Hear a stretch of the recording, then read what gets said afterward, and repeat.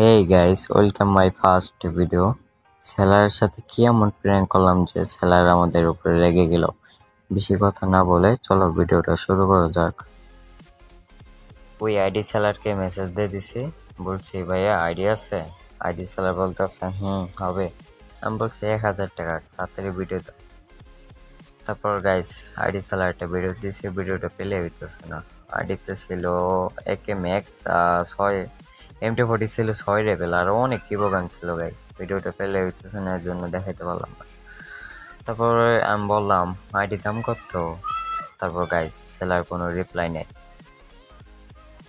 তারপরে গাইস একটু পরে সেলার আইসা বললো ফিক্সড 1000 টাকা। আমি বলছি ও, আইডি নিয়ে গেমে আসো তো, আগে আইডি তারপর টাকা, ওকে।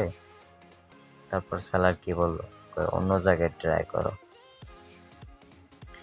তারপরে গাইস আর কি করব, ও যে বুঝছি ভাই ও যে একটা স্ক্যামার।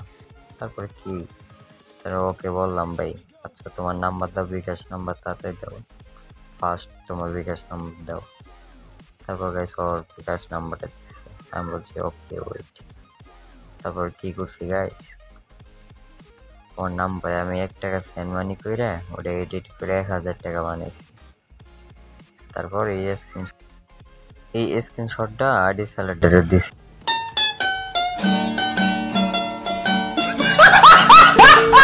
বলছি দেখো।